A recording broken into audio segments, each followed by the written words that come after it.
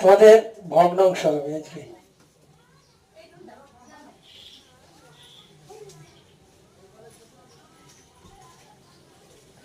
Class 5 এর আজকে আমি তোমাদেরকে ভগ্নাংশ শেখাবো। তোমাদের এটা ম্যাথামেটিক্সের একটা অধ্যায়।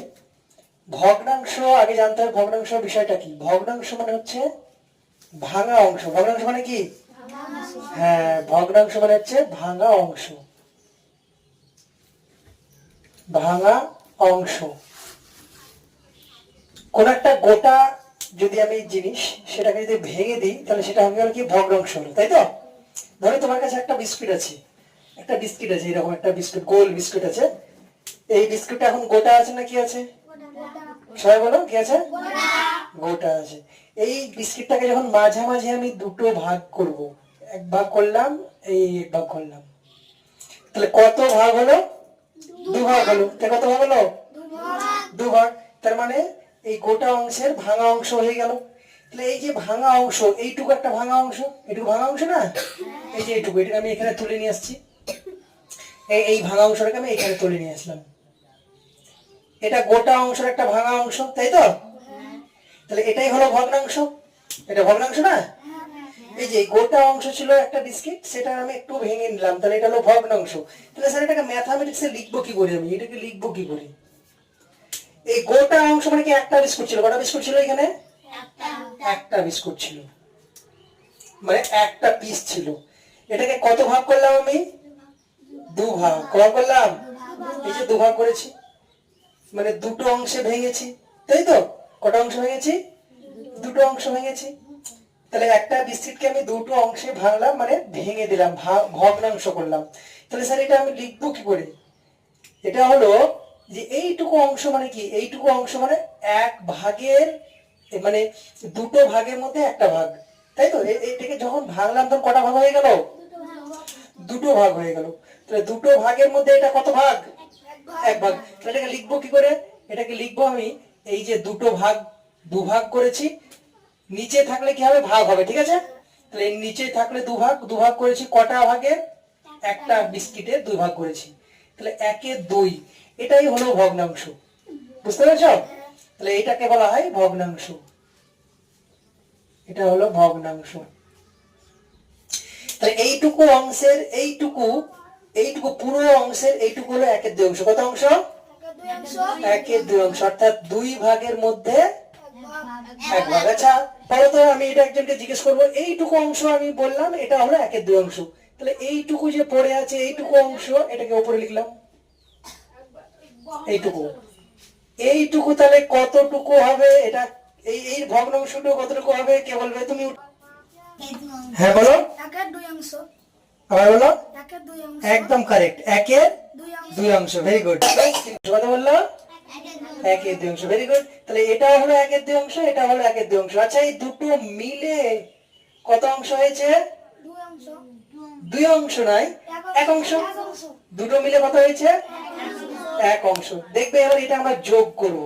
তোমাদের যে আছে তোমাদের সিলেবাসে, সেটা হলো এই ভগ্নাংশের, এই যে ভগ্নাংশগুলো ভাঙা ভাঙা অংশ, এগুলি যোগ এবং বিয়োগ। তাহলে যোগ করব কি করে? এই যে এটা মুছে দিচ্ছি আমি। এখানে আমি পেলাম একের দুই অংশ। এই যে এইটুকু ছিল বিস্কিটের কত অংশ গো? সবাই মিলে বলো, কি কত অংশ ছিল? আবার আরেকটু ছিল, এটুকু কত ছিল?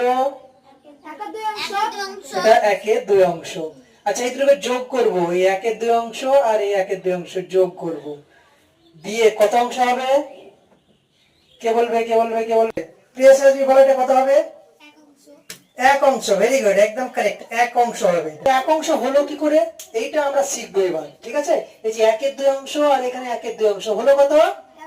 এক অংশ। মানে এই একটা বিস্কুট পুরোটাই ছিল, একটা পুরো বিস্কুট ছিল, এটা হাফ অংশ আর হাফ অংশ, অর্ধেক অংশ, এই অর্ধেক অংশ মিলে হলো এক অংশ। এইটা তোমরা কি করে শিখবে দেখো। প্রথমে আমি একটা এখানে দাগ দেব, দাগ দেওয়ার পর এই যে এখানে দুই, এখানে দুই, তাই তো? তারপরে মোট এক অংশ কত ভাগ করা হয়েছিল? এই বিস্কিটের কত ভাগ করা হয়েছিল? দুই ভাগ। ভাগটা সবসময় নিচে বসে, তাহলে এখানে দুই ভাগ করা হয়েছিল, দুই ভাগ করলাম, ঠিক আছে? এই দুই ভাগের মধ্যে এখানে কত ভাগ ছিল? এক ভাগ। এখানে কত ভাগ ছিল? এক ভাগ। মাঝে কি আছে? যোগ আছে, যোগ করলাম। তাহলে উপরে কত হলো বলো তো? 1 প্লাস 1 যোগ করলে কত হয়? 2। আর নিচে কত আছে? 2। 2/2 এইটা কে বলবে? আমি কাকে জিজ্ঞেস করি? এটা বলবে অন্তরা বলবে। হ্যাঁ অন্তরা বলো কি হবে এটা? 1 অংশ। Very good. কি করে হলো? কি করে হলো? দুটো ভাগের মধ্যে দুটো ভাগই, অর্থাৎ একটা গোটা অংশ, তাই তো, মানে 1 অংশ। এই যে অঙ্কটা আমরা শিখলাম এটা আমাদের একটা প্র্যাকটিক্যাল হলো, তাই না? একটা বিস্কিটকে দুভাগ করেছিলাম, সেই দুভাগকে আবার জোড়া লাগালে কত হয়? আবার এক ভাগ মানে 1 অংশ হয়ে যায়। তাহলে তোমরা বুঝতে পারলে ভগ্নাংশ জিনিসটা কি? ভগ্নাংশ হলো একটা গোটা অংশকে, একটা গোটা জিনিসকে কেটে কেটে ভাগ করা। সেই ভাগকে আবার যোগ করলে নিশ্চয়ই গোটা অংশ হয়ে যাবে। এরকম অনেক ভাগ করা যায়। এটাকে যদি আমি এই বিস্কিটটাকে যদি 4 ভাগ করি, এই বিস্কিটটাকে যদি আমি 4 ভাগ করি, ধরো এই একটা বিস্কিট, এটাকে আমি 4 ভাগ করলাম, সমান 4 ভাগ করলাম। এবার আমি একজনকে জিজ্ঞেস করব, 4 ভাগের মধ্যে এইটুকু যে রং করলাম আমি, এইটুকু রং করলাম, এইটুকু কত অংশ? কে বলবে? কে বলবে? হ্যাঁ তুমি বলো, বলো। 1/4 অংশ। Very good. তাহলে 1/4 অংশ মানে 4 ভাগের 1 ভাগ। বেশ, ঠিক আছে। 4টা অংশ করা, 3টে অংশ করা করলাম। কত অংশ করা করলাম? 1 2 3টে অংশ করা করলাম। তাহলে এই যে কালার অংশটুকু কত? এটা হবে কত? কে বলবে? তুমি বলো। হ্যাঁ কত হয় বলো তো? 3/4 অংশ। কি বলো? 3/4 অংশ। 3/4 অংশ। একদম কারেক্ট অ্যান্সার। Very good. 3/4 অংশ। 3 ভাগ, তার মানে এটা 3/4 অংশ হলো। আচ্ছা 3/4 অংশ। এই যে ফাঁকা অংশ, এটাও কত অংশ? এটা কাকে জিজ্ঞেস করবো দেখি? কত অংশ হয় তো সবাই বলো? 1 অংশ নয়, 1/4 অংশ। ফাঁকা অংশটা কত? 1/4 অংশ। এবার বলো এই 1/4 অংশ আর 3/4 অংশ যোগ করলে কি হয়? আবার 1 অংশ হয়ে যাবে। কি হবে? 1 অংশ হবে। তাহলে এইরকম ভাবে ভগ্নাংশের যোগ কি করে আবার করবো? দেখো যোগটা 1/4 প্লাস 3/4 যদি যোগ করি তাহলে কত হবে? এইদের ভাগে কত আছে? ভাগে কত আছে গো? 4 আছে। তাহলে নিচে ভাগে 4 দিব আমি। এটা কত ভাগ ছিল? 1 ভাগ। এখানে কত ভাগ ছিল? 3 ভাগ। তাহলে এখানে 3 ভাগ, এখানে 1 ভাগ, 4 ভাগ। উপরে 4 ভাগ হলো, নিচে 4 ভাগ হলো, মানে 4/4 সমান কত হয়? 1 হয়। তাহলে দেখো আবার 1 অংশ চলে এলো। এসছে?